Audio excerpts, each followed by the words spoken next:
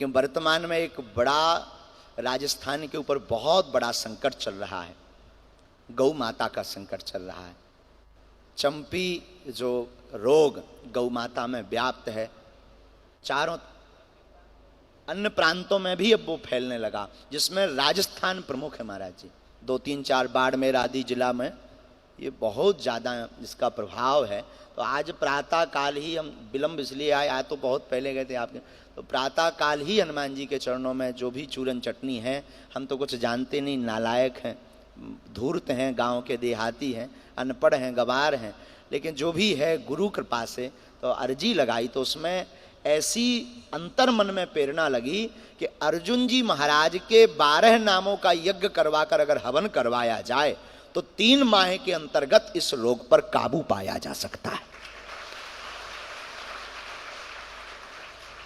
अर्जुन जी के जो 12 नाम हैं, उन नामों के द्वारा, वो 12 नाम हैं, वो लिखित आए हैं। चूंकि दास वो पर्चा जो है अर्जी का पर्चा वो वहां दास ने छोड़ दिया, तो उस पर्चे में 12 नाम उल्लेखित हैं। और वैसे भी वो नेट पर अन्य अन्य जगहों पर 12 नाम, अगर उनके 12 नामों को दृढ़ संकल्पित होकर अनुष्ठानात्मक रूप से जो क्षेत्र है जहाँ गौ माता है, गौशाला है, एक तो वहाँ लिख करके गो भोजपत्र में मुख्य द्वार पर गड़वा दिया जाए, चिपकवा दिया जाए, और उसी नामों से अगर हवन आहुति करवाई जाए तो निश्चित रूप से जो हनुमान जी की सदप्रेरणा लगी, सन्यासी बाबा की प्रेरणा लगी, इस रोग पर काबू पाया जा सकता।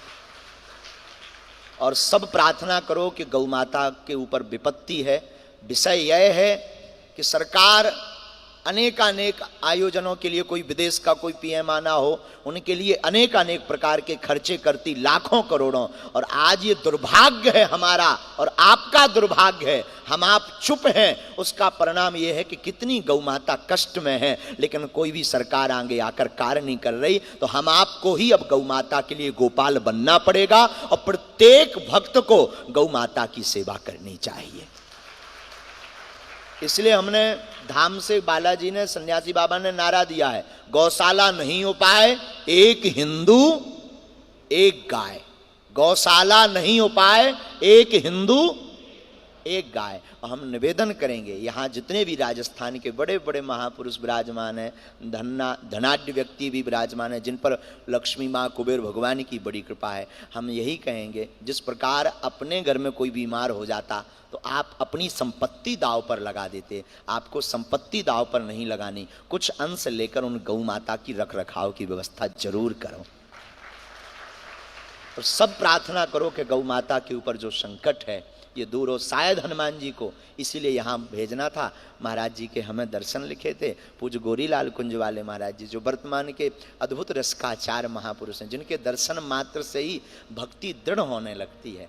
एक बार की चर्चा हमें याद है, कोई महापुरुष हमें बता रहे थे, महाराज जी अंतर्भाव से इतने भगवान के प्रिया प्रीतम जी के सन्निकट पहुंच जाते हैं कि पूरे एकदम गीले थे। मानसी पूजा करके जब उठे तो एकदम गीले थे। तो किसी ने पूछा कि ये क्या हुआ है महाराज जी, तो किसी ने बताया, आज महाराज जी प्रिया प्रीतम को नौका जल विहार करवा रहे थे। इतनी अद्भुत लीलाएं पूज्य महाराज जी की वर्तमान युग के रसकाचार हैं, जिनके मात्र दर्शन करने से ठाकुर जी की भक्ति दृढ़ होती है।